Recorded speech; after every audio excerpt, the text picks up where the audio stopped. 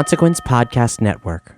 This episode brought to you by Nick B. I stalk Nick B's social media. We all do. Yeah. We do. Yeah. To get these fun facts. But he's been off of it this week. Oh, no. Well, Nick B, we miss you. Reach out on do. socials. I think he Aw. was in the Facebook group this week. Nick B sighting? I did see him. Yeah, he did something there. Well, Nick B, we miss you. Come back to us. Hey, we just got another $15 pledge. Woo! Hey. Bradley, thank you so much for pledging $15 right now. That was Yeah. insane. Thanks, Came that's through on my awesome. watch. Yeah. Aw. This episode also brought to you by Rebecca. Hey, Rebecca. How you doing, girl? Hey, Rebecca. I always thought the source of hell's hotness was fire. I was wrong. It's you. Oh, my What? God. She's the source. Oh, that, she's yeah, so hot she's so that she hot. She keeps fuels hell hell? warm. Yeah. Oh, I'll take it. Well, you can't take it, Jen. It was a Oh. pickup line for Rebecca. And if you want to continue to look so hot that you are the source for hell's heat, get some Mickey ears from Straight On Tell Disney, her Etsy store. This episode brought to you by Tom. Hey, Tom. I like to say Tom's name like Rebecca's. So, Jen, I believe Tom wanted to give us some spider facts. He did want to give us some spider facts, and I am. Gross. Oh Give my it God. to us, Tom. These spiders are so gross. So today I am featuring the Black Widow Ooh, spider. I've heard of this one. Yeah, they're terrible, and they have these really cool little red things on their back that tells you that they're poisonous and awful. Yeah, the hourglass. Yeah. Yeah. Yes, hourglass. That's it. Yeah. And today was the day we learned Jen didn't know what an hourglass was. I mean, it's a sand clock. It's a sand. I don't have a fancy hourglass. I Anyways, want to see that Black Widow movie. Natalie's been threatening to cosplay as Black Widow. I'm like, yeah, you should do that. she's You should threatening She's to do threatening it? She's like, I got all these sand clocks. What am I supposed to do with them? Yeah, so Black Widow spiders are terrible. They kill babies. What? Like real babies? Yeah, like if like a baby gets bitten by a Black Widow, it might die. Black Widow spiders, these spiders aren't aggressive and only bite when they feel threatened. The bites usually aren't fatal, but they can still cause some serious and uncomfortable symptoms. Ugh. If a Black Widow spider has bitten you, get medical treatment right away. Yeah. All right, so that's our Black Widows. They're the worst. Well, thank you, Tom, for scaring us with your creepy spider facts. This episode also brought to you by Ryan. Let me tell you the truth about Ryan, guys. There is photographic evidence of this on There our is. socials. Yes. Ryan has been watching Hellraiser, stole my family's blanket. Yeah. He said, I don't know where it came from. It was just here. Let me rub it all over myself. And then while we were setting our mics up, luxuriating under my Titan's blanket, Under the comfort that your family has provided. as well as the roof, leaned his hand over and says, oh, the mic is so far away. Can you hand it to me, please? I did not go to Ryan. This is 100% a true story about Ryan. Wiggy. Oh, my God. Oh my God, I'm so terrible that I used a blanket. I feel like this is a good week for me. That's true. Yeah, this is a mild week for Ryan. Right. This episode also brought to you by... Hold on, yeah, Todd. what's Breaking news. Uh-oh. Breaking news. We have a new player entering the game. Oh, yeah. Isaac. Oh, I know Isaac. Hey, Isaac. He's in yeah. the Facebook group. He is Yeah. in the Facebook He's group. awesome. Yeah, he is. So Isaac is a new Burn It Down level patron. Yeah. And so new that we're not exactly sure what he wants for a shout out yet. Oh, we'll put him in the Patreonicals. I'm going to put him in the but- Patreonicals And if today. you want something else, just let us know, and we'll do that. So Yeah. whether you Yep. tweet at us or message us in the Facebook group or your we'll get you on Patreon. message on either way. Or you can stay in the Patreonicals if you want. Yeah, it's whatever up you want. to you. Just Yeah. let us know. But thanks for joining the party, absolutely. Isaac. Woot, woot. Now, if you would join us this week for the Patreonicals. Like sands through the time clocks, so are the Patreonicals of our lives. Okay, so this week, the animals started acting bizarre in the world. All the animals. All of the animals? Mammals. Oh, okay. Eddie, He's a zoologist. he's a right? zoologist, He noticed is. that there's like a 5-mile radius where animals are acting weird, and it's like a line. You can follow it on a map. He's like, I think something's causing this. Yeah, Yeah. probably in the center of that 5-mile radius, as a radius is a circle. Well, Uh-huh. how he learned about it was he found the body Uh-oh. Ooh. The body of what? of Derek. Oh, no, no! Derek. He was Oh. being eaten by the animals from Homeward Bound. Well, I mean, they were God hungry. damn it, they keep popping up. They're on the road. And know? Chippendale. Oh, Freaking Chip spits out a human tooth Ooh. because he chewed it out of Derek's mouth. Don't start with the teeth. that's a real Dale move. Yeah. Oh, the Homeward Bound animals were doing on the body, so they worked on the head. Yeah. Yeah. It checks out, Jen. And he calls Matthew, and he's like, oh, that's not good. So he takes his Mary Poppins umbrella, goes to the center of the weird animal stuff, and he finds Isaac had created a puzzle box that emits a smell, driving the animals aggressive. Oh, no. He developed a smelly puzzle box. Yes. Pheromones? All right. I get the feeling that you wrote this when you were in the bathroom for 15 minutes earlier. You know what? Yeah. A gentleman never asks, and a lady never tells. I guess that makes me a gentleman and you a lady. So anyway, Matthew just breaks the puzzle box and flies away, and he's like, whatever, bye. Whatever, it was easy. I'm out. Bye. Well, that problem solved. Mm-hmm. But doesn't that just unleash the smell for the entire world and doesn't solve any problems? That didn't happen. Oh, well, Oh, okay. crisis averted. Mm. Good to know. Check back next week for its episode of the Patreonicals. Yeah. And if you want to write the Patreonical theme music, reach out, let us know. I'm game for some Patreonical theme music. This episode also brought to you by Chris. And Chris just wants us to send love and acceptance throughout the world. Yes. I love Chris. It is really it's the best. sweet. That's Yeah. really sweet. I know, after all that nonsense. I mean, not Chris's nonsense. Just reminding everybody that we make jokes and, we get silly, but we love you all. And you're Yeah. all great. And we love you, Absolutely. Chris. This is a Thank you. safe place for Yeah. everyone to love. Except Jen won't let me love anyone on this couch. No. Do you guys hear that in the attic? I think it's our weak theme music. It wants us to bring other theme musics Oh, to yes. kill so it can be restored to full power. We have such podcasts to show you. Oh my God. What's his name? We need a villain. He seems to be really scary and ominous. What should we call him? Frank. I thought you were going to say Cenobite. Like, what? All the names in this movie are dumb. Hot take. Welcome to the Horror Virgin, everyone. Oh, my God. Oh, I'm Jen. I'm Mikey. And I'm your horror virgin Todd, which means I don't like watching scary movies, and you guys make me watch them. And then we discuss, and today's movie is the British, I guess, suspense supernatural horror film from the mid-'80s. We watched Hellraiser. Yeah, we did. Have you guys seen this before? I have seen it once before. I've never seen it before. I had never seen it before either, so it was Mikey and my first time. So Jen, when did you first see it? It was a couple of years ago. I had read a lot about this and really? heard a lot about it. You didn't see it Yeah. when you were a kid? No, because there's so much skinlessness that I just don't like all that blood and stuff, so I kind of avoided it. Yeah, Frank is real oozy for Ugh. 50 minutes in this film. Yeah, and I'm not really into that. So I kind of avoided it. But it's one Into that. Oh, There are Mikey, people. There were pus heads out there. Oh. But this is one of Gross. those movies that I think is really fascinating, and I like Oh. talking about it a lot. It is fascinating, Yeah, yes. like I like talking about it more than I like watching it. So I knew basically everything that was going to happen before I watched it. Okay. And Yeah. Mikey, this is your first time? Yeah. It felt like a weird movie.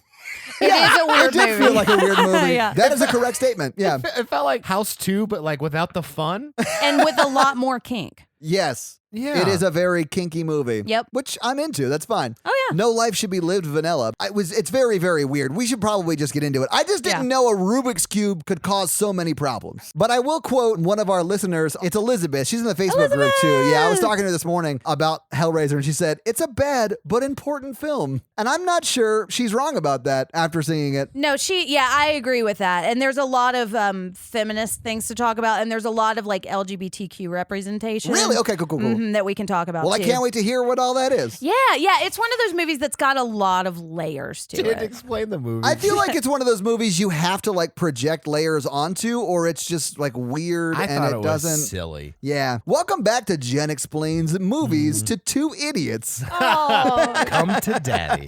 Oh. So, Jen, let's get into this fucking movie. So we start with a puzzle box. Pause here. These credits are terrible. We just started. But hardcore agree. Yeah, you said let's just say it, guys. I hate these credits.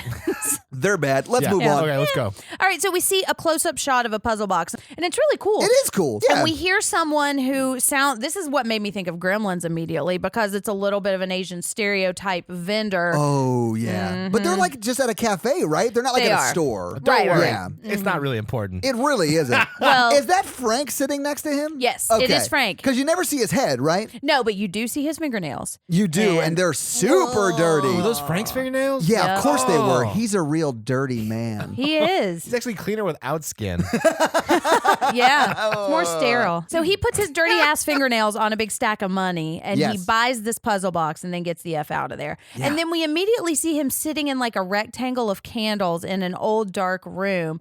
He's sweating all over the place. Profusely, you might say. And he's playing with this puzzle box and he's having I can't say he's having He's having a puzzle-gasm. A puzzle-gasm. Yeah, that's better than 100%. Box-gasm. So he's sitting in his rectangle of candles having his puzzle-gasm. Right. And we see like through the slats of the board, the light, like lights are starting to shine in. But like white lights. Yeah, not like sunlight. Like hell light. Hell light? Just regular light. It's just like regular lights. It's Cinelight. Cinelight brights. Cinelight brights. Oh my God, you found it. That is the joke. That is amazing. It's the Cinelight brights. Yes. So we see the Cinelight brights shining through. Yeah, and this is something we see quite a few more times, right? So then we see a hook come through skin, and this is immediately when I knew I was going to have some problems with this movie. Yeah, and I realized that Clive Barker is really into hooks. He is, because we did Candyman, right? And that's a very hook-centric movie. God, it is. I just figured this movie out. Is a very hook-centric movie too. How Demons from Hell fish is that they throw puzzle boxes into the earth. That's how they fish? And then like the people do it, and then hooks pop out, and they just reel them back into hell. Oh my God. The puzzle box are the lures. That makes complete sense to me. Oh my God, it does all make sense. We figured it out. Wrap it up, boys! This episode's 20 minutes. Done. All right. So the devil's walking around heaven, and the Cenobites are the people that the devil said, I'm going to teach you to be fishers of men. They're just on a lazy Sunday drinking a couple of Bud Lights in hell. Just throwing a couple of puzzle boxes up. And they've got like a thing tied to the string to the puzzle to the hooks, and they're like, once the ribbon goes down and pops back up, then you pull. Yeah. Right. And you get like a boob or a face. Once you see the electrical shock, that's when you pull the fish hooks out. Oh my God. We figured it out, guys. Listen, if you guys can project onto this movie, Mikey and me can project onto this movie. This is a clear reverse Christian allegory. Yeah. Where the devil is Jesus. He's just fishing for dicks. Yeah. What? And the Cenobites are the apostles. I honestly want to see Pinhead's face with one of those like fishing hats on it with lures stuck to it. Like Wilson from... yes, absolutely. That's that why they're all amazing. wearing waders. They are wearing a lot of waterproof black clothing. Yeah, black leather fetish clothing, which I'm into. So the hooks hook Frank. Like fish. Like he's a fish. He's a Frankenfish. I mean, that is why he's named Frank. Yeah, it makes sense. And then we see a really gross house. And there's a kitchen with lots of like old gross like food. And maggots and cockroaches, and it's really gross. Yeah, Yeah. it's like my really apartment when is. I'm depressed. Oh. So now? Mikey did say when that came on, that's like my apartment. Yeah. All right. So we also see Frank's Sab mattress on the floor upstairs with his suitcase full of porn open right next It was to the him. 80s. The internet didn't exist. Yeah, exactly. Let me stop you right here and say there's a bed problem in this movie throughout. Yeah. People make weird ass bed choices. Well, there is a mattress themed plot thread in the next movie. What? Hellraiser 2. I really like Hellraiser 2. I think I like it more than this one. Well, that wouldn't be The hard. bar set pretty high here. Speaking of bars, we go up into the attic.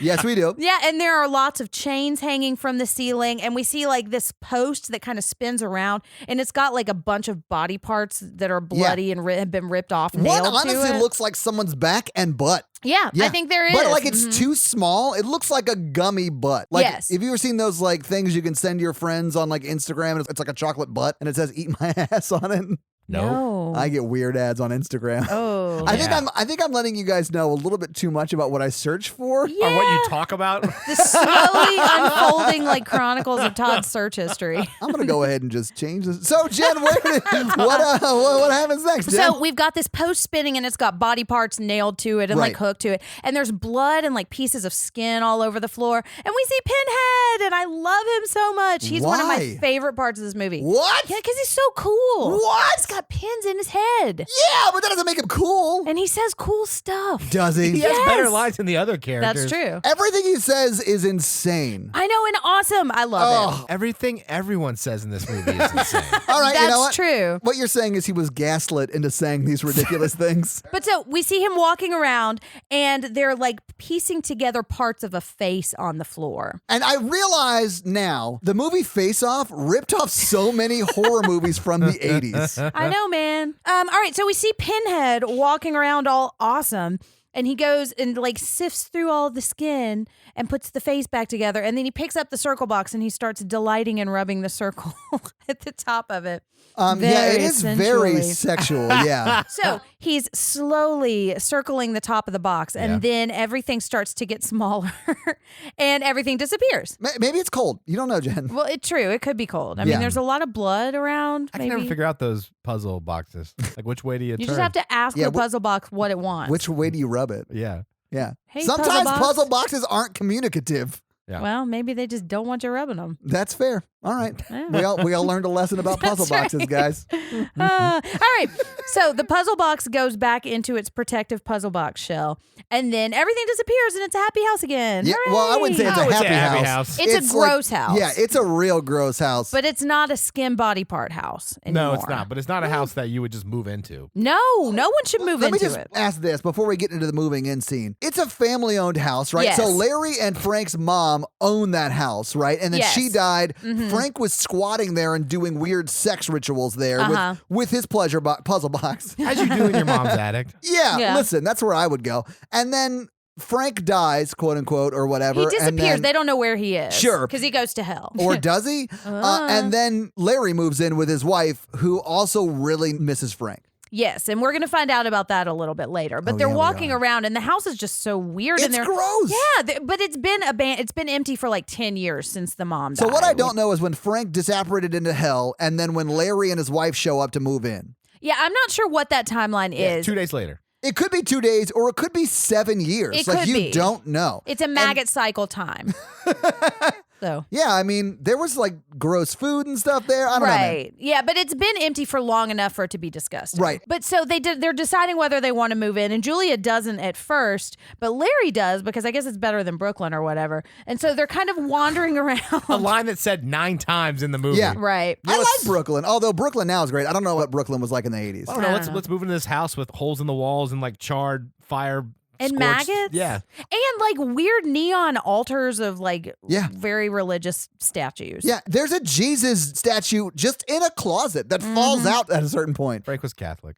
So while they're looking around, Kirsty calls on the phone and she says she doesn't want to live in this house. She's found her own room. Chrissy's the daughter, right? Kirsty, yeah. Kirsty. Kirsty. Kirsty? Kirsty? I thought it was Chrissy. No. It's Kirsty. So Kirsty calls. She calls. She does not want to stay in this house. She's found her own room. And she doesn't ever really say why, but I think there might be some hints to that later. We also don't really find out really where that room is, but it seems like it's just at that dude's house. Yeah. Or maybe she was just spending the night because she slept with him. Right. We'll get to that scene. I mean, but you don't know. Hold on. You don't know. The first 20 minutes of this movie, we talked about this. The acting is so terrible. And like people are like giving long looks at each other. And I was like, it's like we just started watching a telenovela with like 20 years history. Yeah. It does feel like the movie started 40 minutes before it actually started, and we just didn't get to watch the first 40 minutes they filmed. Right. But Clive Barker was like, I was doing too much coke and forgot to put film in the camera, so we're just going to fuck off with that first 40 minutes and we'll pick up in the middle. There's a lot of of one character asking another character a question and then that character looking off into space for like 5 minutes. Yeah. Yeah, and I think that all kind of, and I mean, I don't think it's necessarily the best acting or writing, but what I think it is showing there's just tension in this family. Julie is not really very happy in this relationship. I feel like once you've watched the whole movie, the tension at the beginning makes sense. Right, so right. That didn't really bother me that much, but when I was first watching it, I was like, what is going on? Yeah, it does just kind of feel like you're dropped into the middle of this family drama. Which is fine, whatever. Like, Julie, did you want to move in this house? And she's like, nah, not really. And he's like, please. And she's like, fine. Well, she doesn't want to move in until she goes upstairs and finds Frank's suitcase full of porn. Yeah, and then she's then she's into it. Jackpot. Was she the person in those photos?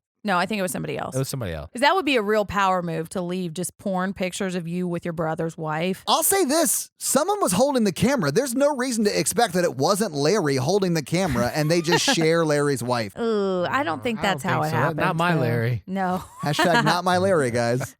Well, so now Julia's into it and she does want to move into the house. Yeah, she is. Okay, so now they say, let's move in Sunday. That'll be enough time to clear all these maggots out. Yeah, Hooray! this is the dirtiest house I've ever seen. It'll be fine by Saturday. Yeah. This Sunday or whatever. This is the worst house I've seen in a movie we've moved into. And that's Really? saying something. It's worse than is. Conjuring. It's worse than Sinister. It's worse than... I think when you just say it's the worst house we've ever seen, you don't have to list all the houses we've seen. All right, so now it's moving day. Hooray! Yes. And so we have two lecherous movers that are going to be helping and checking out all of the women in Are the they house. helping or are they just like ogling all of the women and asking for beer. Yeah, they're helping themselves to some good memories for later. And this is when it's just real tense because we're not exactly sure what everybody's upset about, but it's just kind of uncomfortable. But it really is just Larry and Julia moving in, right? The two movers, and then Kirsty comes over. Yeah, well, not before walking underneath a crane by the river in the wind of outsideness. And we find out now that a crane, Mikey... Well, first, it's a really dramatic, slow walk, and she's like staring up at the crane, and I was like, a crane's a device and a bird. And Jen and I looked over and just lost it because it was a ridiculous thing. Yeah, because I was like, what is her internal dialogue? Like, we have no idea what she's supposed to be staring. Yeah, why are we seeing that? Right. At this point in the movie, we don't know the relationship. We don't know that Julia's her stepmom or whatever. It did kind of make me want to go outside and have a nice day, though. Says the woman whose sweater right now says indoorsy, but yeah. True.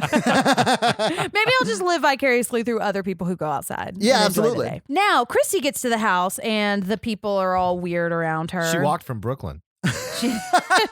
Walking from Brooklyn. So she walks in and the lecherous movers are real gross and saying, does she have her mother's looks? And she says, her mother's dead. Yeah. And that's how we find out that the mother's dead. And I love this scene because that is something I would say, right? Yep. And I would get that thrown in my face. And the other guy just sits there and laughs. And I was like, that is Mikey and me if we were lecherous movers. Can confirm. Yeah. You gotta shoot your shot, bro. Yeah, absolutely. Try and make it work. But is this when Julia goes upstairs and she tears a picture of Frank? That's what it is. Yeah. Tears the woman out of the picture of Frank not fucking another woman that she found. Right, because it's not her and she's exactly. jealous. She is. Yeah. Well, and now we see a flashback of it feels like straight out of a porn. Like I literally looked over at Jen and said, "Are we watching an 80s porn?" And I was like, sort of, maybe. You hear a knock, knock, knock, knock. And she opens the door, and it's pouring down rain, and Frank's just covered in it. He's like, I'm Frank. Yeah. He looks like somebody who's cosplaying Prince. Yeah, so the artist formerly known as Frank shows up. And he like walks in soaking wet, asks for a towel, and then they immediately get to Plowtown. Like after a couple of minutes, but the sexual tension is there it's right palpable. away. It is palpable. Oh, yeah. Yes. You're all wet. Yes, it's raining. I hate this movie. Do you know what that's from? This movie, it's from Hellraiser. Oh, no, it is. You're right. Yeah. Damn it, Janet. I love that. What did Jen got to do? But he basically says that. Yeah, absolutely. Kirsty's asking for a towel at that point, too. And Julia's like, fuck you. I got to have a sexual fantasy. So she goes up to the attic room, which was the room that Frank got soul torn apart in. And she can really kind of enjoy her flashback. Oh, yeah. And we see that she's got longer hair and Frank, they're upstairs. And he's like, well, what are we going to do now? And she's like, well, I don't know. What should we do? But it looks like he's real aggressive and seems kind of uncomfortable. He pulls a knife on her cuts her negligee. Yes, well, but her also, shirt was off already at that point. That doesn't mean you can whip out your knife and cut her negligee. True. What is your life like? I think I'm starting to understand why you're having a little trouble with the ladies. I didn't get put the knife away, Mike. I wanted to see the small talk that led to her shirt coming off first. That was important. I do. That's, in the Clive Barker verse, that's what I wanted to see. Right. Because I've noticed that he's real good with that kind of dialogue. They skipped the seduction and got right to the weird shit. Oh, well, yeah. I mean, she probably just went to the linen closet and got a towel, and he's like, ooh, fluffy. I have such towels to dry you with. She goes to the linen closet and comes back without a shirt on. Right. Oh, okay, that makes sense. Yeah, you can have my I'll shirt just to dry pretend you. that's what happened. In the Mikey cut of the movie. Yeah. But it's really aggressive, and she does not seem like she's kind of into it, but she feels uncomfortable. And he grabs her and makes out with her chin. Oh, their first kiss. If I am to believe that this is their first kiss, he misses her lips completely and plants one on her chin, like bottom lip, under chin, upper lip, over chin. Yeah. What is that? It's called chin strap. That's my move. Oh, Mikey, I'm continuing to see why you're having a little trouble with the ladies. Mm-hmm. That's our real catchphrase. But and so this is what I was talking about when I said I like talking about this movie. Full disclosure, I have chin strapped Natalie as a joke, but never in intimate moments. Like we'll just be cooking or whatever, and we're just being silly, and I'll chin strap her real quick. Are we making chin strap a thing? It is a thing, Jen. Jen, it was already a thing. Oh, gross. Guys, if you're out there listening to this, go home to your significant other and chin strap them. We and are just not see how they responsible for what respond. happens after you But do that. I want to know. Honestly, get video of it and send it to us. I want to know what chin strap does. Ooh. Like, don't I kid- want Send video to show me. Yeah, Make it absolutely. Gross. Make a chin strap tape. This is the week of Valentine's Day. Oh, But don't guys. ever make a tape. This is part of why I think this is such an interesting movie to talk about, because Julia is a really like complex character, and I think there's a lot of ways that you could see her, because right now I think she's kind of the victim in this scene and she's being taken advantage of. Now, I don't think that she is not being assaulted, but there is a very like clear power dynamic here. It's consensual though, right? Well, but it feels real rapey. And I I mean, that's fair. He pulls Right. a knife on her. He does have a knife. But I mean, I don't know. It continues like their relationship, the affair continues, right? Yeah. Well, and the feeling I got from it was that he is just very like sexual, and she's kind of curious about that, and I'm not saying that this is not a consensual. I'm not saying this is a relationship. Consensual is Consensual. such a good word, though. Consensual. Holy shit. Okay. Happy accident. I'm not saying this is not consensual. I'm saying there is a knife there, and it's just uncomfortable. She does not seem like she is fully into it. Do you think it's played in the movie like it is non-consensual sex? No. Or do you think it's played like it's consensual sex and it's just a little kinky because there's a little knife play, which Yeah. is a thing? It is, yeah. Yeah. And if you're into that, that's wonderful. Be but safe. Be safe and get consent. But do it. Yeah. Whatever. Yeah. I couldn't do it. I'm too clumsy. I'd probably kill someone. You ever seen Very Bad Things, Mikey? Yeah. So the next thing she does is she lays down on her own wedding dress. That's so weird. That is a power move. Yeah. Yeah, because they were just talking about how she is marrying his brother. Yeah. Oh, And- this is before they got married? It I is. think it's right before. It's gotta be her wedding dress is on Yeah. her bed. It's probably the next day. I think Billy Idol has a song about this. No, I think Isn't that White people Wedding? keep their wedding dress. Yeah, I've got mine They don't still keep it out. Do you put yours on your bed? for Valentine's No, but Day. I mean, like, if you're gonna have an Anyway, so she lays down on her wedding dress and then they fuck. Yes. And while this is happening, I don't want to say while she is getting nailed, but that's what's happening. Yeah, I mean, both Larry and Julia are getting nailed at the same time in this movie. Yeah. Yes. they're both gonna need a tetanus shot. Ooh, I mean, so the movers and Larry are backing a mattress up. Yeah, they're trying to get her up the steps because Yeah. it is a very narrow By the way, staircase. I'm hiring movers. They're moving. I'm not moving. Yeah, Well, but these movers are gross. and they're drunk. So anyways, he's backing the mattress up and she's really into it. And we just said it was a little creepy, but she is. I got the impression, and if I'm wrong, I'm wrong. That's fine. But I got the impression that she was turned on by the knife play, and she was into it. I think so too, and I think it made her a little uncomfortable, but she was also really curious. And that's kind of a theme in this movie of like the dangerous side of sexuality, you know? Oh, and there is a dangerous side, Mikey. But get consent all the I mean, time. I make people uncomfortable and then they get curious, but it's not like a sexual thing. It's just like the opposite of the They're spectrum. like, what is wrong with that guy? yeah, but like I kind of like him. Yeah.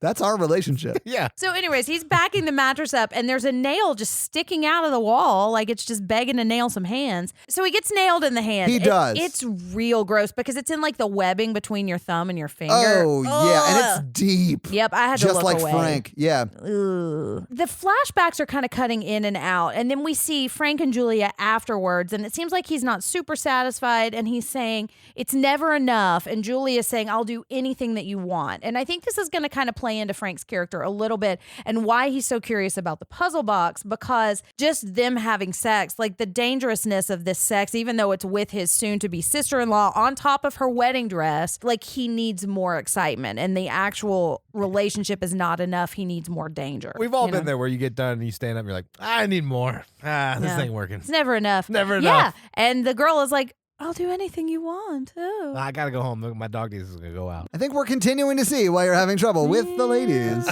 I can relate. Yeah, and I mean, and look, we're talking about a lot of kinky stuff in this I'm movie. trying to make some jokes. It is a very sexual movie. It is. But and listen, you start out having sex with somebody, and then you keep adding on layers and layers and layers and elements and elements and elements and whatever. all Just that to say, we don't want to kink shame you. If No. and I mean that seriously. Like, kink is the best. do whatever you want. Just make sure you're safe. Make sure everyone in the relationship is clear about the goals, and make sure you get consent from I have some everyone. books I Why can do you recommend. keep kink shaming me? I'm not. Yeah. What if my kink is like ruining relationships? relationships. Your kink is a fear of commitment. You just love the pain. I mean, is it a little sadomasochistic? Mikey gets his biggest sexual release by not returning the text message. Delete. Oh. It feels like that. Block. Dude. So now Frank has got blood all over his hand, and he walks up and he's all queasy. And Frank's a big baby. Well, I mean, his hand got almost, like his thumb almost got cut off. And it's so a real gross. deep cut. He's probably lost a lot of blood. In fact, we see him losing a lot of blood, like It's on the splashing wood all over the paneling. floor. Yeah. Like, get like a bandage or something. Just don't wander around the house looking for your wife. He does go upstairs. Right. Like he doesn't go to the kitchen where there probably is some Put in the Right. sink and like put water on it. Yeah. Well, because he has to go upstairs into the Murder Frank room so he can God. splash blood all over the floor. Right, so he can reawaken. Reawaken is not at all what I meant to say. Oh my God. This episode is the breast. Oh my God. So many Freudian slips. Freud is our guest host on this podcast. Oh my God. So yeah, Frank has to go into the murder room so that he can reawaken the person formerly known as Frank. This is an insane episode. This is as above, so below all over again. Oh my God. He goes up there, drips the blood all over the floor. Mm-hmm. Julia bandages his hand more or less, takes him downstairs to his daughter, and she's like, get him out of here. He needs stitches. Yeah. Because she's like a loving wife, so she's like, someone else take care of this so I can go back to my masturbatory dream. About your And then- brother. yeah, about your brother. And then she goes back into the murder/sex dungeon room. She doesn't go back into it yet. Oh, I thought she does. I think they all go to the hospital. No, this is when we start to see the blood seeping through and we see underneath. That's right. Yeah, we see like a heart beating. Yeah. So the floorboards start shaking. Oh, that's right. Oh, yeah. And we were like, what is happening? And then pus starts to come through the floor. And I was like, are we about to get slimed? Because it looks Yeah. like that same effect they use for like Slimer and Ghostbusters. and Ghostbusters too, right? Let me just say, it was real fun watching this movie with you guys. Was it? Because you had no clue what was going to happen. And No, every time no. something, like, because now we see like a bone just shoot up through the floor and then another bone shoot up through We the both floor. lost it laughing. Yeah, we're like, what? It was funny. I mean, it was also real gross. This scene looks pretty good for, what was it, 86? It does, yeah, yes. It came on 86? 87. Oh, sorry. And it's practical effects, which, of Yeah. course, in the 80s. It looks pretty good, though. It does. There's some stop motion stuff that they could obviously smooth out better now, but I think it looks pretty good. I do, too. You see like the whole spinal column and the rib cage and the brain and all of that stuff. It looks great. Yeah, and you see rats like freaking out. Yeah. And so it's a body coming up from the floorboards, and it's like the top of a skeleton covered in goo now. Yes. And it's really gross, and I am not super crazy about how gross this movie is. That's one of the things that I don't love about it. This, I honestly do not react super high to gore and stuff like that. This is probably the highest reaction I've had to that. Yeah. Because there's a lot of it and it's real There gross. is. Yeah, and it's a lot to do with skin, and Yes. I don't like that either. being skinless or seeing veins. So now we got the top half of a skeleton, but it's dinner party time. Yeah, let's go downstairs and have a dinner party. And Kirsty, I think who will find out her boyfriend is also at this Is party. that his boyfriend? Is that her boyfriend? I think so. I got the impression that they weren't dating yet, but they develop a relationship over the course of this movie. Yeah. Maybe there was like a general interest there. Spends the night with her tonight after the dinner I party. think I think the room she's staying in when she calls her dad at the very beginning is his room. Wow. Yeah, but so Julia's just giving him the eye over the table, and it's a little bit of a crazy eye. And Julia's not into this party at all, and she wants to leave, but Larry does not. Well, the guests are all in there like, why would you move into this like dilapidated house? Yeah, this house is horrible. Why are you serving me maggots? Why are there no lights? Exactly. And then Yeah. Julia stands up and says, I'm going to go upstairs to bed. Exactly. But she doesn't. She goes upstairs to Attic Frank room. Which was always the plan. But I mean, Exactly. before she does it, her husband, Larry, is like, is everything all right? You feeling okay? Like, he Yeah. seems like a pretty decent He guy. does, yeah. Except for the first scene when they're moving in. He's sort of a real big dick about the beer. Everything else, he's like super nice. Right. Well, so she goes upstairs and she sees rats playing. Oh, she's hearing a heartbeat. Yeah. And she sees rats playing around in this goo. And then she gets grabbed on the leg by Frank's old goopy hand, Right. that's one of the creepiest parts of this movie, I think. Yeah. Because then we see him like crawling with his half body, like crawling across the floor to her. And we don't know what's going on yet because we don't know it's Frank. And he's saying, don't look at me. It's really one of the only jump scares in the movie. Yeah. But so now he's like, I'm hideous, but I'm also Frank. And so now. I also love that he was like, don't look at me. And then immediately immediately next he says, help me. And he's like, how am I supposed to help if I can't look at you? But I mean, what he wants her to do is kill people for him. Right. He needs the blood on the floor brought him back, so now he needs more blood. More blood. Is it blood? I think it's just blood, bodies, anything. Because I got the impression he was like sucking out like their life force or the something. Puzzle box? He escaped from the Cenobites, yes. Wherever the Cenobites are. I don't think they're in the puzzle box though. Yeah, I think they're in hell. Like, because the puzzle box opens the dimension to wherever the Cenobites live. The Cinnabons, yeah. Yeah. Okay, I really want to see Pinhead with like a Cinnabon outfit on behind the counter at a Cinnabon. Make that happen. We have such buns to show you. We will tear your taste buds apart. Nice. Someone's got to make that. Oh my God. Well, but now that Julia finds out it's Frank, she's into it, even though he is disgusting. Look, pause. This is where the movie falls apart. What are you, Zach Morris? I am. You do keep timing out. Yeah. I'm just saying, she walks upstairs and it's like a melty skeleton of her ex-lover, and she's like, all right, so no questions. Yeah, we had sex a few times. I'll do whatever you want me to. I mean, that's not how it worked. Let me tell you. He's that good. Yeah, he's got that devil penis magic. Well, but I also think like it's exciting too, and I think we can see. I mean, it's something different. I don't think she's really happy with Larry. You know, she's really not happy with Larry. Not happy with Larry. She's like, yeah, I'll fuck the melty skeleton in the attic. Well, no, she doesn't want to fuck him yet. She wants to murder people for him. Yeah, which is weird. There's other options. And that's what I'm telling you. I think he's got some kind of level of control over her. It's that devil penis magic. Well, and also like he's just very like assertive and aggressive because he's like commanding her to do these things. He's not saying, will you please help me? He's like, you're going to help me and we're going to be together forever and then we're going to fuck all the time. Okay, so Christy and her boyfriend are now walking home through the dirtiest tunnel of subways.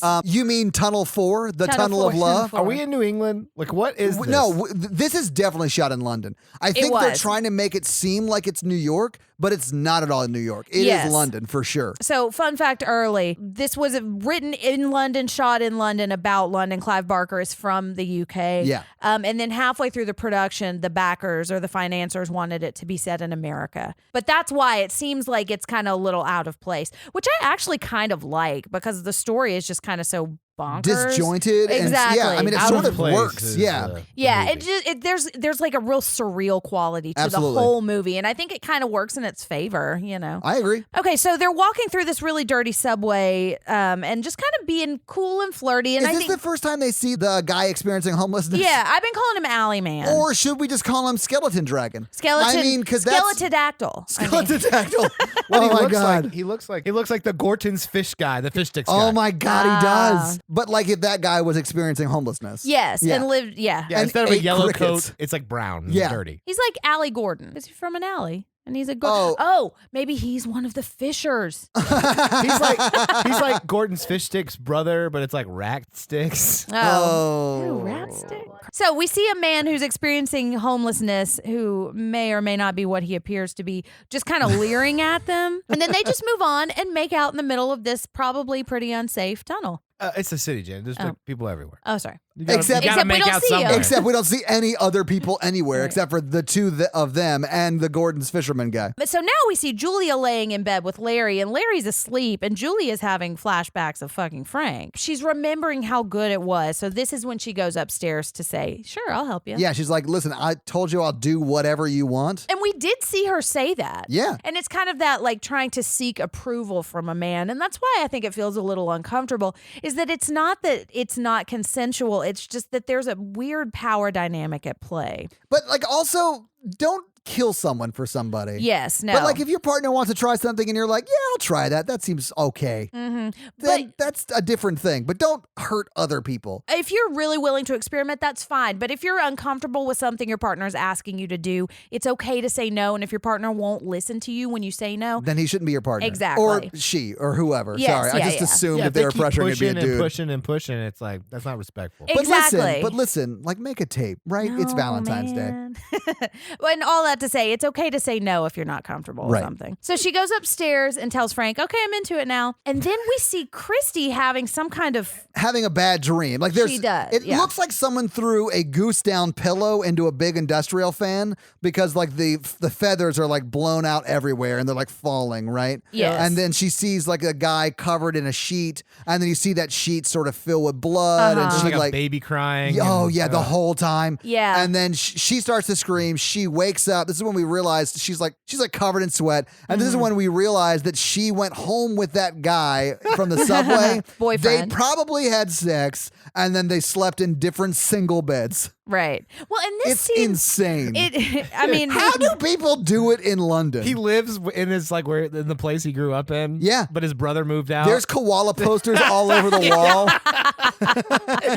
His mom says, everything okay in here? He's like, these used to be bunk beds, but we separated them. Yeah, because we want our own space. There's like a line of tape down the floor because it's his brother's side, but he's out of town. Did you have a nightmare? This Christy flashback, or this dream that we're seeing, it feels real out of place. And I was reading a little bit about this, and I'm not exactly sure what the intention for this is, but I think I've heard theories that it is meant to imply that she was molested by Frank. I don't think that's a baby crying. I think that's a child crying. Well, I mean, that would sort of make sense, right? It would, yeah. And so if we see, like, maybe that's why she didn't want to move into the house, because she's got bad memories from being there. Because when the blanket comes off, it's what we see later. It's the father's skin over Frank. It's like the Frank Larry, you know? Interesting. And so I don't know if that's something that was intended, but I think that's a way that you could read this. Yeah, story. I mean, I really wish that they had pulled that off, because that actually makes a lot of the movie make more sense. Well, maybe it was just the time, like at the time in the early 80s, they just didn't talk about that stuff. Well, yeah, but they didn't really shoot that either. Like what we like you what have you're to seeing. dig for yeah, that. you're But having to dig into the movie I could to see see it that very easily, especially with that nightmare scene, because Frank is a predator. Yeah, he is.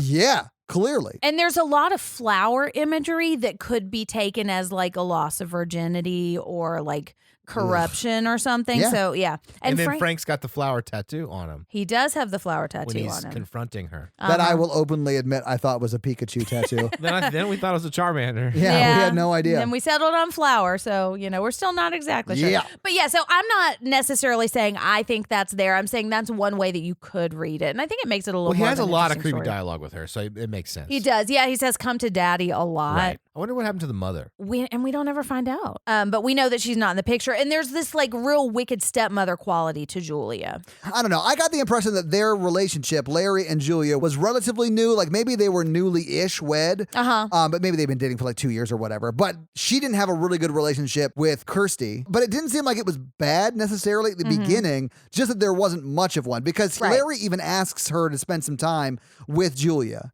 His daughter, right? To spend time with Julia. And then she's like, sure, I'll spend time with her, try to develop a relationship. That's fine. So it seems like she's open and receptive to that. Like nothing bad has happened yet, but nothing has really happened yet. Right. She does become an evil stepmother She towards the does. end of the movie. Well, yes. because I think Frank is like a corrupting factor. Sure. And so now we see her in her 80s power suit, and she's going out to a bar and she's getting hit on, and she brings a guy back to her place. This scene made me uncomfortable, which I'm sure it's supposed to, so like it's effective. But he starts kissing her, and she doesn't really want to have sex with him. Uncomfortable. Well, she doesn't want to have sex with him. Exactly. She is bringing him there to kill him. Well, yeah, who wants to kill somebody? Right. Well, and also like she's not into this guy. She doesn't want to hook up with him. I got more the impression that she just didn't want to hook up with him. She was fine to kill him. Yeah. But and she I was think, not okay to. She was like Julia Roberts in Pretty Woman. She's like, don't kiss me on the lips.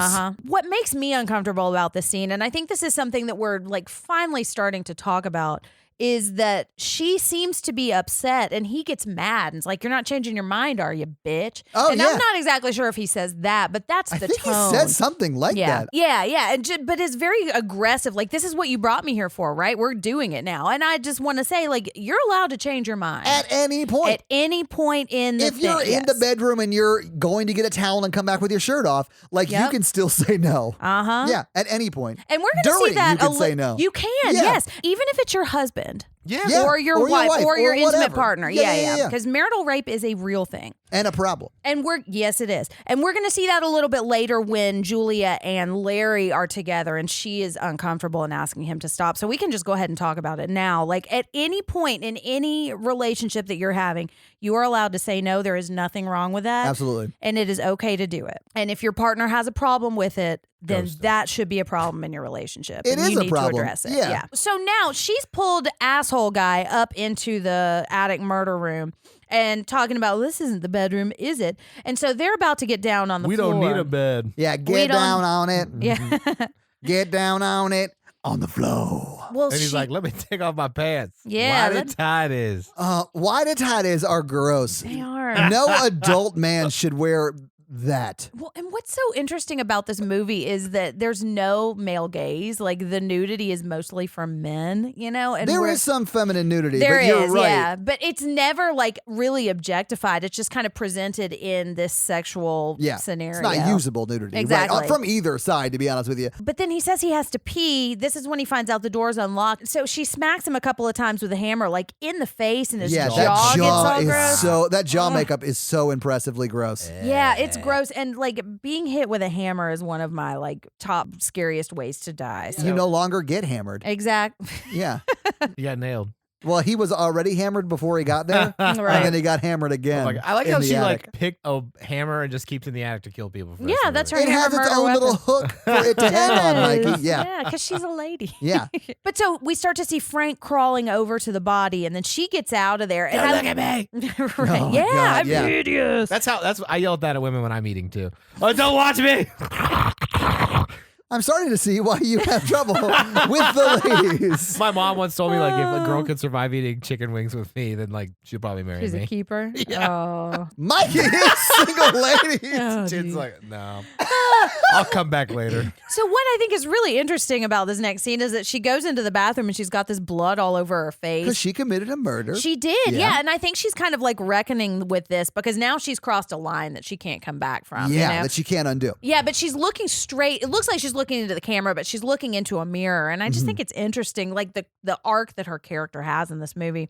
So she comes back in and she's probably hoping that Frank's all better now and they can start like doing it in the attic. Right, but no, he's still bony. He's not. Yeah, he is bony. He's got flesh on him and it's super gross, but It now is. he can walk around. Right. He says, like, every drop of blood you spill puts more flesh on my bone. So it's kind of like a reverse Frankenstein kind of thing. Sort of. She's Mary Shelley in this situation. She yeah, is. sure. Mm-hmm. Yeah, but he needs more people. Yeah. And he gets real gross. He wants to touch her, but he doesn't have any skin and it's gross. He tries to put his hand in her mouth. Yeah. Ugh. Which is something that one of the pinheads do later. Or sorry, Cenobites. Sorry. Oh, I love putting Cenobites in my mouth. So good.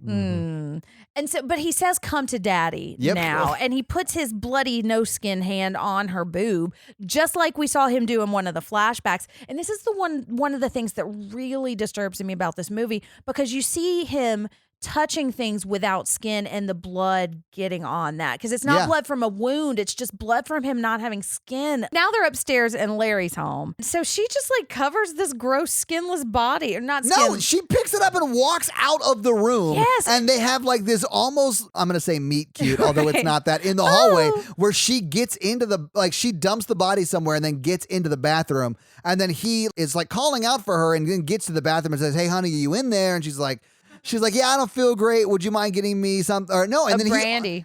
he offers to get her something. He's like, "Oh, I'm so sorry. Yeah. Do you want me to get you something?" And she's like, "Yeah, get me some alcohol." Yeah. A brandy. No, but don't bring it to me. I'll meet you downstairs. Right. Yeah. Yeah. But I think he's just kind of a good guy, and I feel really bad for him in the story because I mean, I think he's a good guy in this section of the movie, but at the beginning he's sort of a dick, Well, like there- forcing her to move in, super mean about the beer stuff, and then now he's sort of nice. Maybe So they were it's- having problems, and I like think he that thought the too. move would help, and then like she shuts down. But he's like a good dad throughout. Consistently. I think yes, so. I'll agree with that. And I think a lot of those problems stems from the fact that she's just not really happy in the marriage, and he can feel that. Yeah. You know. That she cheated on him with, his brother. yeah, Right. the exactly. human formerly known as Frank. And she'll never be satisfied with just Larry because she always wants that Frank. She's always wanting that Frank and D. Frank and D, nice. Okay, so she goes back into the attic, and he's saying that he's hurting and he's starting to feel again. Yeah, his nerve endings are coming back. Yeah, and he says, I've got to get more skin because these Cenobites are going to come get me. And we don't find out what the Cenobites are yet. We've seen them, but Julia has no idea what he's talking about. Right. He's asking her to like commit to him and kind of manipulating her a little bit. This was their marriage scene in my mind. Right. Although she's already married, but this is like where they commit to be together and make this work together forever. And I wrote down what he said because I thought it was so interesting. He said, we belong together now, like love. Only real. That is dialogue from this movie. It is. But this is when she starts sucking on his gross skinless finger like before. Ugh, and it's just gross. So gross. So now we get Christy working at her pet store job. Yeah. And this is when we see a weird woman who clearly her voice has been overdubbed to be an American woman. And probably because she sounds British as hell and they wanted to make it American or whatever. Yeah. But then we see the alley man back. What do we call it? His name is Mr. Gordon's Mr. Gordon's man. fisherman man. Yeah. Who's experiencing homelessness and he's real hungry. And he's reaching his hand into the cricket cage and pulling it out and eating the crickets. It's so that's what gross. skeleton dragons eat, apparently. I had no boyfriend who had frogs in a terrarium. Where is this going? Well, no, he would get crickets from the pet store and come back and feed the them frogs. the crickets. That makes sense. Yeah. Well, it was really gross. You dated the bottom of the barrel, it sounds like. Yep. Okay, so he's eating all the crickets, and it's really gross. And then there's some kind of weird, we hear the flapping of wings, and we see just bird cages with white smoke there. And so I guess Allie, Mr. Gordon, is gone. Yeah, that was him flying away. Right, because he's a must have skeleton. transitioned into the skeleton dragon and flown away. Skeledactyl, that's right. But so now we see Julia has brought home another guy, and we see kind of like a montage set to working for the weekend while Julie... Everybody's fucking for the weekend. Get your hammer out. Skull It's time fuck to with a go. hammer. Ew. Well, but she's starting to kind of get into her rhythm and feel a little more powerful. She's sitting in a chair and she's kind of smiling, and she's starting to be styled a little more like evilly looking. I think so, yeah. Turning a little more into Heavier the wicked on the stepmother. eyeshadow and yeah. wearing Ray-Bans. Mm-hmm. Oh, yeah. But yeah, it's interesting to see her trajectory through the movie. But now she's starting to feel a little bit more into it. Frank's doing better, enough to have clothes on, and it's so disturbing. You would think it would be better to not be looking at his body, but it's like you can see the blood seeping through his the clothes. shirt. Yeah, it's real gross. And so now he's smoking and he's starting to get better, and he shows her the box. But he says it opens the doors to pleasures of heaven or hell. So we see the flashback of the Cenobite, and he's talking about pain and pleasure and it being indivisible. And we're kind of seeing a little bit of the scenes from the beginning when he's hanging upside down and there's blood. Yeah, it's like suspension. flinging. It's suspension stuff. Yeah, Right. Which is an actual kink. It is, yeah. And if you're into that, that's great. Man, if you're comfortable with it. Yeah, absolutely. It looks very painful, but... It does. And I think that's one of those things where you need to know what you're doing. I don't. And neither do the Cenobites because they end up killing everybody that tries it. Right. They don't. And there's a safe way to do it. But so we're starting to see, like, he's talking about the box and just this sadomasochistic element to it, and that the Cenobites give pleasure and pain. I'll say this. No, they don't. You also never see heaven or hell. They're not angels or demons. Like, there's so much in this that is, like, none of it actually makes sense. Well, and so that's one of the things about this movie, because I feel like if you haven't seen this movie, you think it's going to be all about Pinhead and the Cenobites, and it's really not. It's more about Frank and Julia. Yeah. And that's kind of why we did it the week of Valentine's Day, because it's this real fucked up love story. Yeah. So now they're watching boxing, and we won't talk about this too much, except just to say that Julia didn't like boxing, but now she's starting to enjoy it more. Yeah, and she even says, I've seen worse. Exactly. And she's just kind of becoming more comfortable with this violence. Because she's murdered 2 people. Yep. And we hear Frank like raging around in the attic because I guess he wanted to watch that boxing match too, but he can't because he doesn't have a skin. I thought that she just left a window open. Oh, of course. She just doesn't like the thunder. Larry is like, I'll go check it out. And she's like, no. Right. Let me seduce you until you forget about what you heard or and whatever. play this helpless victim, and I just don't want to be alone with the thunder. And she's doing that because I do think there's part of her that does love Larry. And she does. I do. And well, I mean, I think. Really? I don't necessarily think she has passion for Larry. She doesn't want bad things to happen to Larry, but she does not love Larry. She cares about him. She doesn't want him to die. Yeah. They eventually do get to the bedroom, which is way too small for 2 adult people to be in. Who's married in a twin-size bed? People who were having marital problems. Get a king-size bed and you'll be much happier.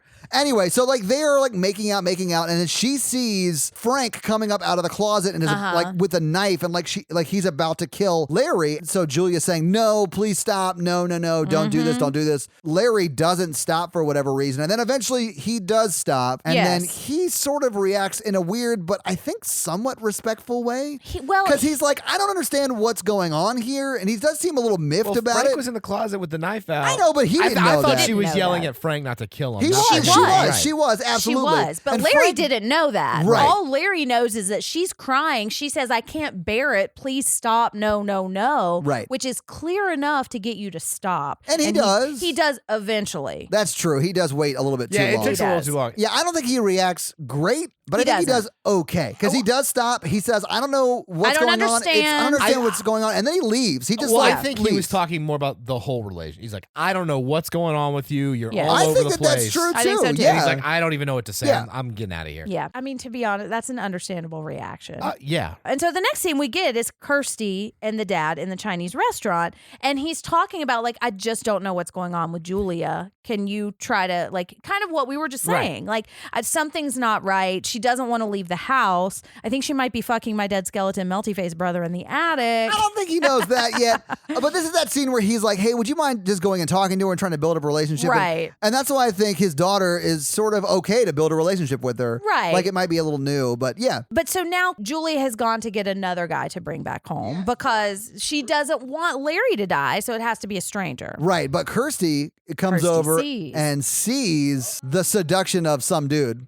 And I love this moment because she's all smiles when he goes in and then immediately turns on her evil face and is like looking And then closes around. the door, Like, yeah. Yeah, well, clearly they know something's up because you just looked like the Wicked Witch of the West about to eat this man. Like if you were watching her from across the street, you'd be like, oh, I guess Julia's cheating on her husband. And then when she goes to creepy, you're like, oh no, it's just going to be a murder. Yeah, she's like about to you murder would him. know just watching across the street that was going to happen. Her energy changes real quick. So now they go up and the new man sees Frank and Frank starts grabbing him and Julia is not actually attacking this one. Frank starts to stick his fingers into the guy's neck and it's really sad. That's how he sucks your life force. Yeah. And the guy has just said, like, I get lonely sometimes. And that's what he said on the stairs. I felt so bad for him. I did. This is the one that I do feel bad for. Yeah. But so Christy's now in the house and she sees this guy whose life force has kind of been sucked out and he's reaching out to her.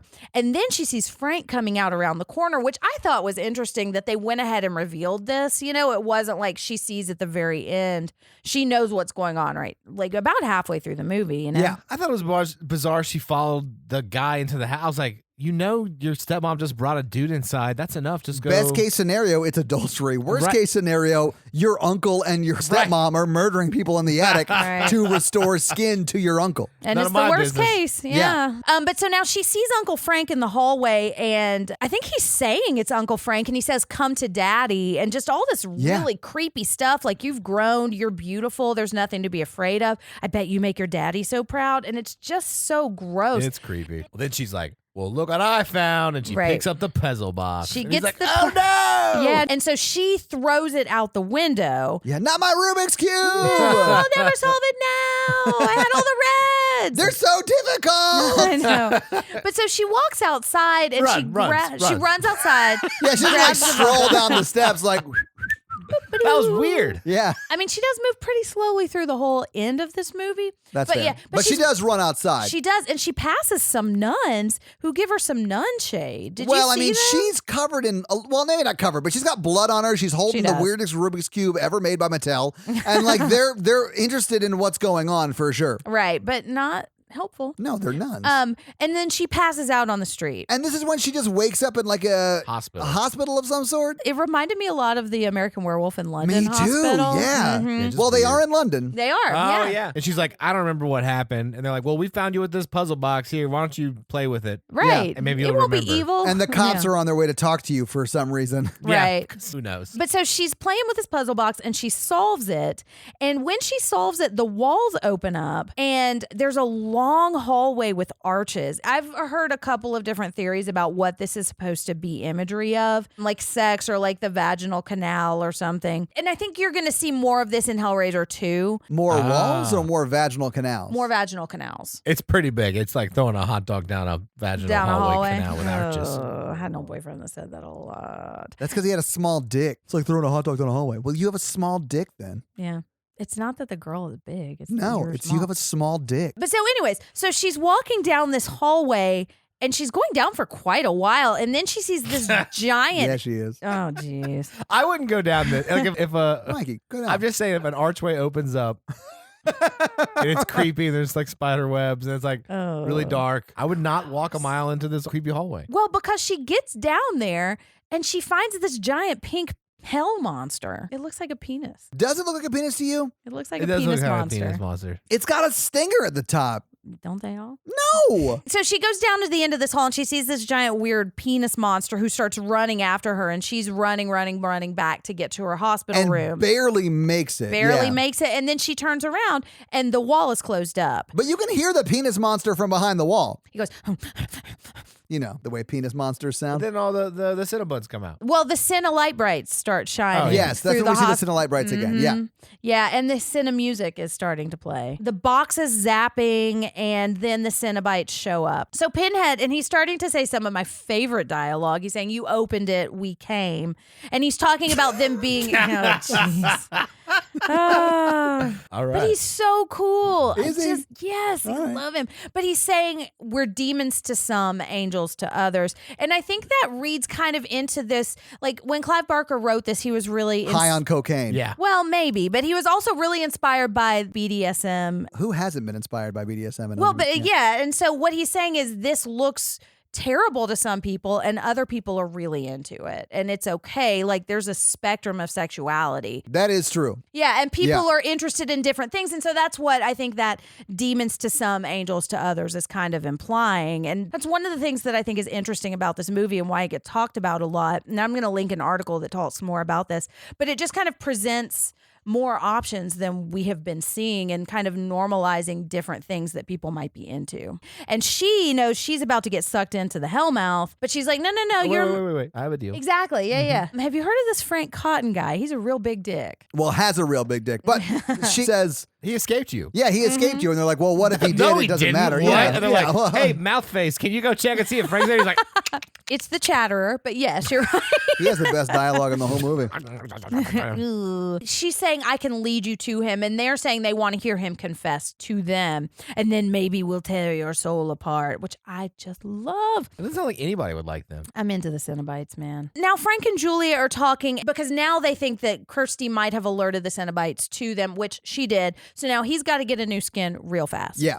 And so, oh, look, Larry's home. Isn't that convenient? The next thing we see is Julia smoking at a mirror, and Larry, Quote unquote. comes up behind her and starts like rubbing her face real sensually, but leaves a little trail of blood. Right. And you see that cut that was on Larry's hand at the beginning. You see the Band-Aid that is still there. And it makes it seem like she may have chose Larry over Frank. I really like this part because it continues that, I guess, charade, if you will, until his daughter comes home. Yeah, which is what happens next. So she's like, I want to see my dad. I want to see my dad. And she's like, fucking fine. He's upstairs. Right. Yeah, he's upstairs. And then he comes downstairs and they sort of see each other. She hugs him because she thinks it's Larry, but it's actually Frank. Yep. He says, I killed Frank. You don't have to worry about him anymore. Yeah. It's fine. I took care of it. Yeah, and Kirsty says she wants to see, so they go up and she sees a skinless body Yeah, upstairs. he's like unhinged. He's like, I'll tell the cops later. Like they won't understand, but like I don't even understand why I killed him. Winky blinky, you know what I'm saying? Right. Yeah. And the actor is doing an amazing job of presenting like these kind of subtle differences because we know something's up, you know. So now they're upstairs and Skinless Dad's on the floor. And then the Cenobites are back and they are pointing to the body and they say, we want to talk to the man who did this.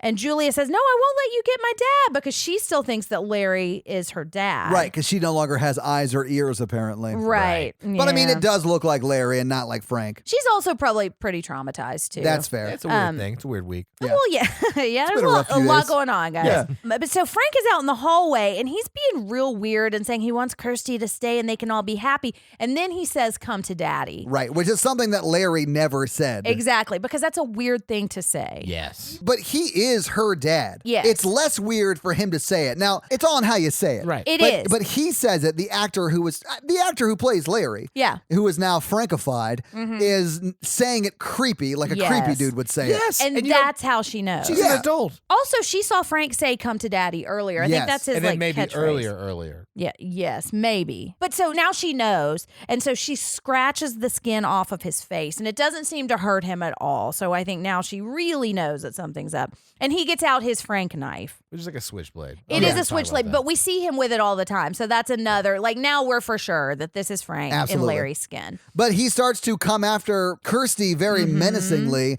and tries to stab her, and Kirsty just spin moves out of the way, and he stabs Julia. Because Julia's blocking the way and kind of holding Kirsty. Yeah. But yeah, he ends up stabbing Julia, and I'm sure it was on accident, but he just goes with it and starts like sucking Julia's life force out and was like, it's nothing personal, babe. You know, I'm just an asshole. Yeah, I'm just a horrible dude. Okay, so now Frank and Larry, yeah, is looking for Kirsty, and she's hiding, and we kind of have a sequence of her hiding in the box room with a couple of bodies probably in the corner. This is when Jesus Christ falls out of the closet. It's hilarious. You're like, Jesus Christ, not now.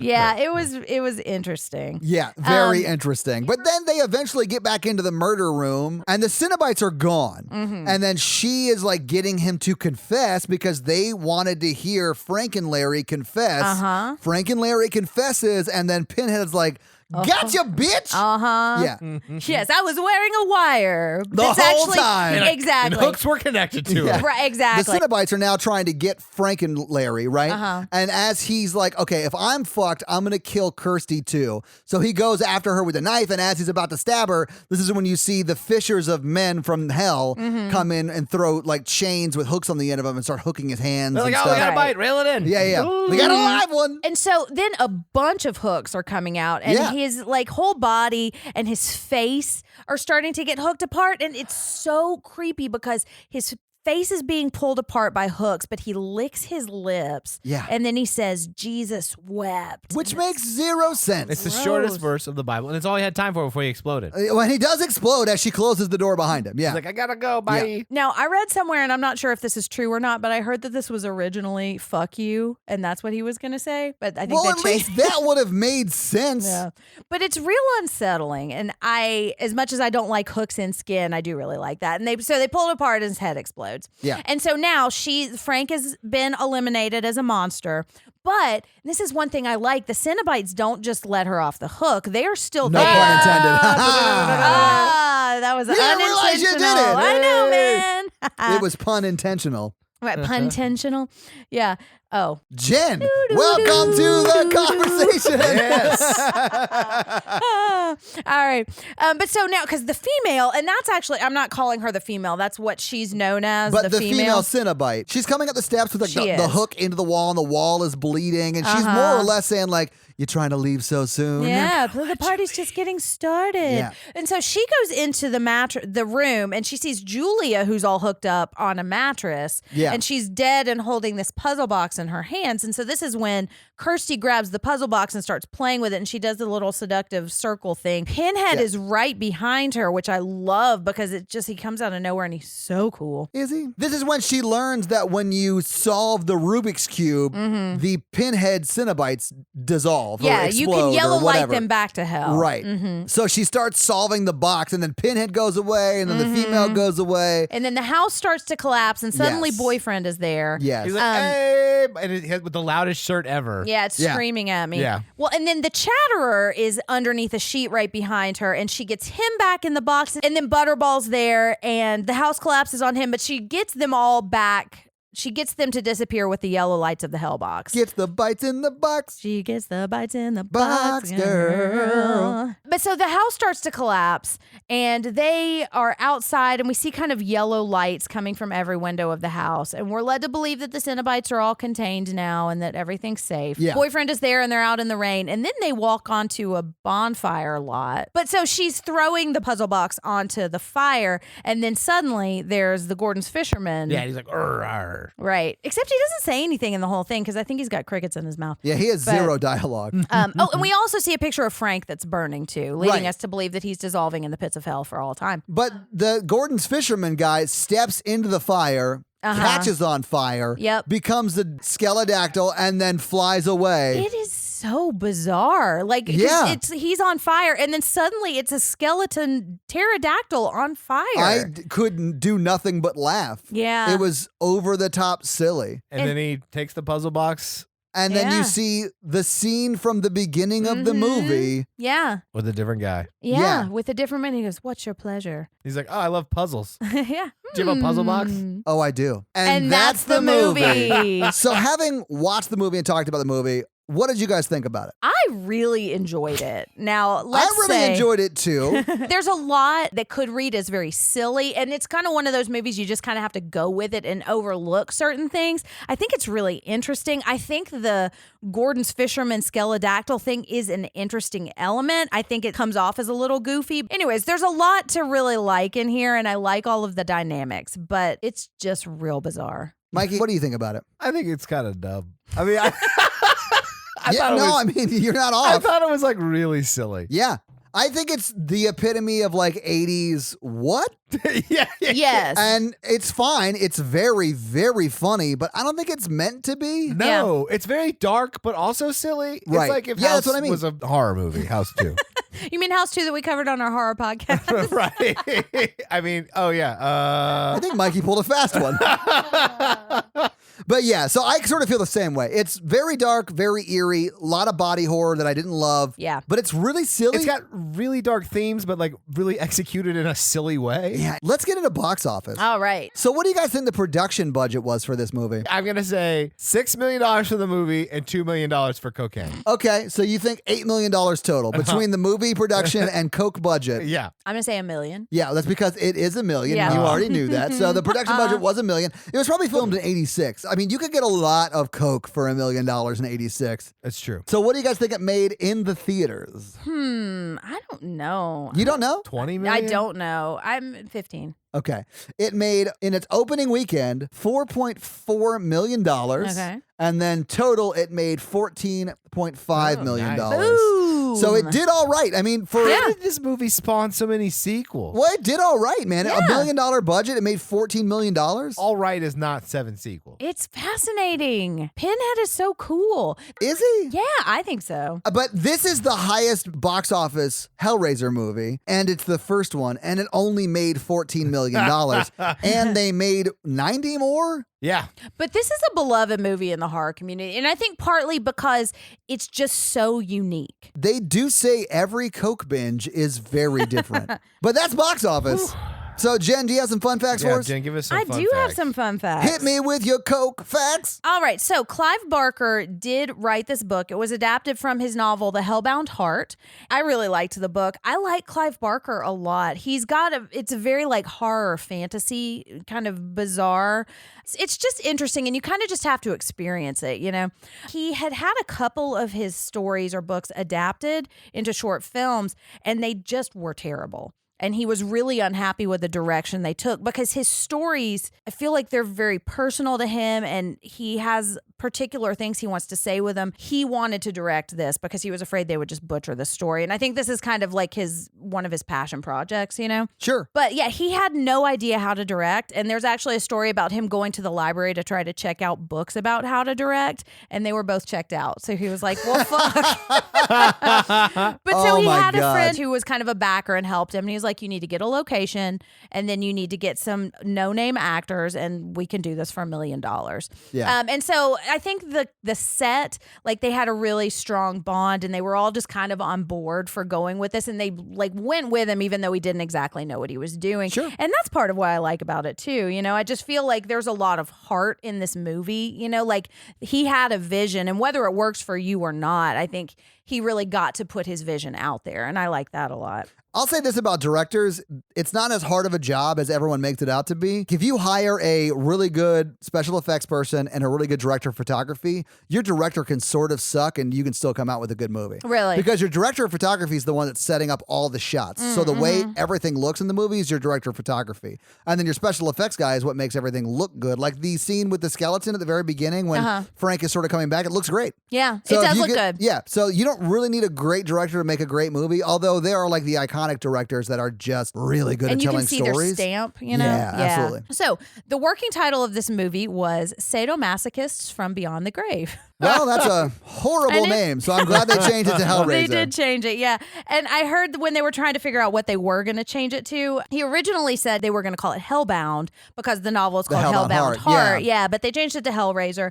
And I have a funny anecdote where some old lady suggested you call it What a Woman Will Do for a Good Fuck. I was like, they didn't call it that, but oh, they didn't? No. So surprised. Apparently, it got an X rating, and they had to tone it way down. Oh, I want to see the X rating. Well, I guarantee you it's a porn. Well, okay. So here's what they ended up cutting out. There Jenn's porn facts. Now with more porn. So they cut out more of the hammer murders. Apparently, you got more close-ups. I think especially with the first one. Okay. One of Julia's victims, apparently the actor wanted to do the scene naked. So they ended up having to either replace that or cut a lot of it out, which I thought was the actor wanted to do it Yeah, naked? he's like, I just feel like in my process, I want to be naked in this scene. Well, and I mean, she's seducing him. So there's a part where Christy is trying to defend herself from Frank, and she sticks her hand into his stomach. We see that. Yeah. We do. Well, there was a lot more. Okay. So they cut that back. There was a longer scene of Frank torn apart by the hooks, and there was a lot more in the flashback sequences. There were a lot more like sexual elements. Oh, of the devil penis magic. Yeah, apparently the knife, there was a sodomy element to it. And with the knife? No, not with a knife. No. Oh my God. They put the knife in because they took the sodomy element out. Oh. I'm not 100% sure about that, but that's what I read. And there were some spanking in those flashback scenes. You got to cut that. That's nothing. Well, but I mean, know, for the 80s. Yeah, for the 80s. But so it was just a lot more. Sure. And they cut it down quite a bit. So there are British laws that say you cannot have roaches of both genders or both sexes on set at the same time because they would breed and like make more baby roaches. Whose job was it to sex the on-set roaches? It was the roach wrangler's job. Oh my God. That's a real job that somebody had to have. Oh my God. I want to see that name in the credits. All right. The Roach Wrangler. So the ending special effects, they were real limited with their budget, and apparently they just kind of hammered it out over a drunken weekend. And so he was like, I know this is not the best effects. But I think at that point in the movie, you're just kind of going with it. Yeah. You know? It could be anything. You're fine. You just want the movie to be over. Oh, no. I was into it. I mean, I'm giving it shit. I didn't think it was a horrible movie. Right. I'm sort of just joking around. But Was it, though? I mean, it was a funny, dark movie. Like, it is a dark comedy on some level. It is the epitome of, like, 80s excess, though. So the Cenobites, we already talked about the female, but the other ones are called the Chatterer and Butterball. Mm-hmm. And they were supposed to have dialogue too, but with their costumes, they couldn't talk, especially the Chatterer. Yeah. So they ended up giving that dialogue to Pinhead and the female. So in the book, Clive Barker did not name the character Pinhead. He's actually called the Hell Priest in the book. Okay. But the fans named him Pinhead, and that's what kind of caught on. He's played by a man named Doug Bradley. And I've just heard the nicest stories about him just being a really cool guy, especially at conventions and stuff. But he originally auditioned for one of the movers. And he had That's a big step up, man. It is. Well, but he wasn't recognizable. Like, you can't tell who he is in the movie because he's got so much makeup on. Yeah. So he was trying to decide whether he wanted to be in this movie and be like have his face get out there. And apparently when the movie came out and there was a lot of publicity, nobody recognized him in the movie. So he was just kind of sitting back and watching it all happen.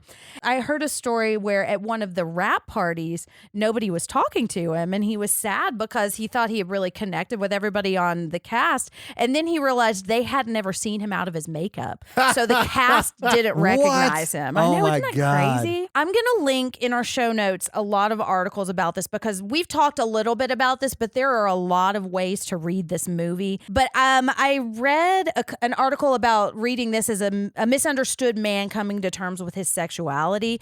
I don't know if I want to speak to that because I don't know if I saw that just because of the lens I'm looking to, but I'm going to link it because there's a lot of like not feeling comfortable in your skin. I think is something we see with Clive Barker a lot. Not feeling comfortable with the body that you have.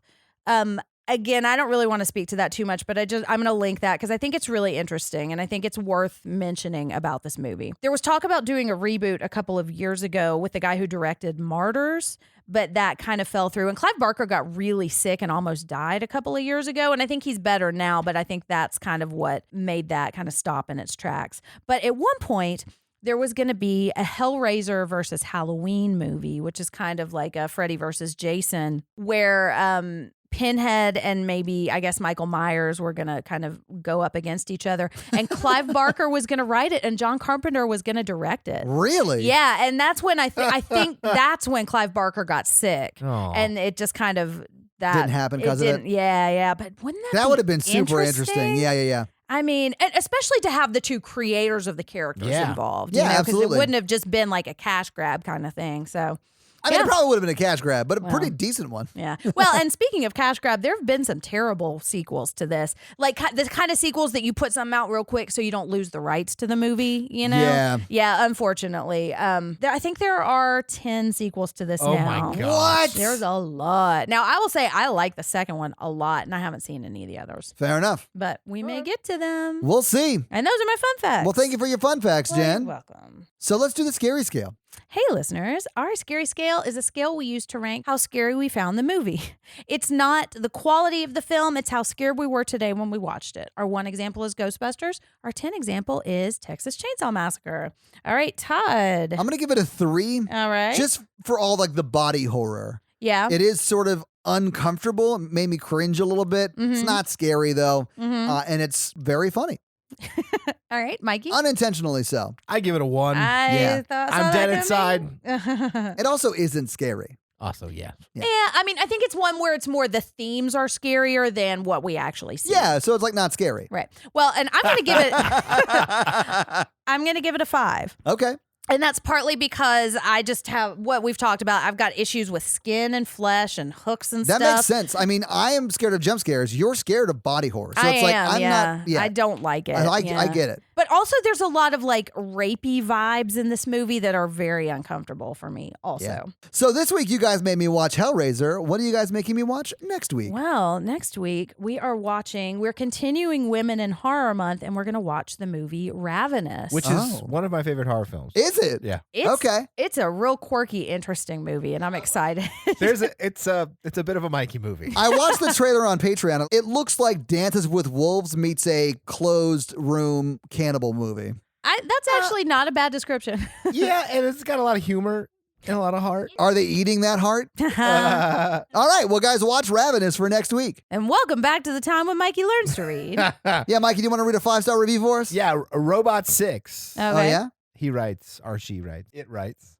It's a robot. I used to only listen to Cinema Sins until y'all came onto their show. Oh, nice. I decided to try y'all out, and all I can say is that this podcast is amazing. Oh, thank you. thanks. I love that I finally found a horror podcast that I can fall in love with and be excited about every week. Nice. Haven't missed a week since we started. Yep. Very proud of that. I love this podcast so much that my wife got me the You Can Get It Patreon level. Oh, I wonder if this is Kayla's husband, Aaron. Oh, maybe. Maybe. Yeah. Todd's reactions and humor always make my day. Aw. Mikey is downright hilarious, and Jen's commentary is always spot on. Damn right. Fun facts thank are you. the best. Awesome. Thank y'all so much for making my commute to work amazing, and I look forward to many more episodes. Oh, that was an awesome review. Yeah, thank you so much. It's super sweet. And if you guys want us to read your 5-star review, leave us a 5-star review so we can read it on the podcast. Yeah, it's just that easy. It is just that easy. And guys, if you don't have Apple iTunes and you can't leave us a 5-star review, just continue telling your friends and family and coworkers about the show, because that is probably the best way to help someone find the show. Yeah. Is to introduce them to it. So please do that. All right, guys, we are a member of the Consequence Podcast Network. So do us a favor and check out some of their shows like This Must Be the Gig. Yeah. And that is an awesome interview podcast that she actually interviews a lot of really like A-list musicians and stuff. It's like a awesome. real podcast. Yeah. It is like a legit podcast. Yeah, there's also Kyle Meredith who he also interviews a lot of celebrities, He does, which is really cool. The Opus, and they just announced a new podcast called The Assembly, which is going to involve some really big people that you have heard of and are awesome, so make sure you check that out. They also have The Losers Club, which is one of my favorite podcasts because it talks all about Stephen King. They have Halloweenies, and I think they're going to have some announcements coming up soon. And Awesome. there's The Fifth Dimension, too. Awesome. So Guys, lots check of them cool out. stuff. And check out their website because they run awesome articles about music and film and TV and just all kinds of pop culture stuff. is Yeah, it's great. like a real website. Like, what are we doing? Jen wrote for them and got published. I did, man. And I'm working on something that's going to drop pretty soon, too. So check it out. So, guys, if you want to follow us, go to horrorvirgin.com for our website, Jen's blog, the merch store, all that great stuff. If you want to follow us on socials, we are at HorrorVirgin on all of them. Mikey is at mrandolph24. Jen is at Jen Ferratu with 2 N's, and I'm at Todd J. Awesome. And guys, if you want to check out our awesome Patreon, get a lot of awesome extras there, like bonus episodes. Jen's doing a lot of awesome videos on The Outsiders. We do the Mikey Takes Todd to the movies we've done, like, occasionally. We should do more of those. I fucking love that, though. It's so much fun. So let's do more of that. Anyway, so we'll get that up there, too. And we've got the bonus episodes that go up every other Yep. week. In That's our fact, big we're thing recording now. one right after this. Yeah, and all patrons get to suggest and vote on our monthly listener requests. Absolutely, too. which we just did last week. Yeah. If you can financially support the show, please do it. The Patreon at patreon.com/horrorvirgin. But if you can't and you still want daily free content, come to the Facebook group. It is awesome. It really is. The community there is just amazing. It is. We're closing in on 600 members. It is the best. And if you hate Facebook, do what I do. Just create an account, like an anonymous account, and don't follow anybody. And then all you see is stuff that gets posted in the group and it's moderated. Yeah, absolutely. Well, that's going to be it from us, everybody. Thanks for joining us. We hope you have a happy Valentine's Day. Yeah, thank you. Have a great Valentine's Day. Yeah. With yourself or a loved one. Or both. Yeah, self-love's important, guys. So It is, get yeah. to jerking it. Make a tape. And on that note, don't make a tape. I'm Jen. I'm Mikey. And I'm your horror virgin Todd, guys. Have an amazing weekend, Valentine's Day. Yeah. Bye. Pinhead nerds. I mean, there is glaze on those Cinnabons. Yeah. Oh, man. I Damn want some right there fucking is. cinema. No, stop. Don't sexualize my Cinnabons.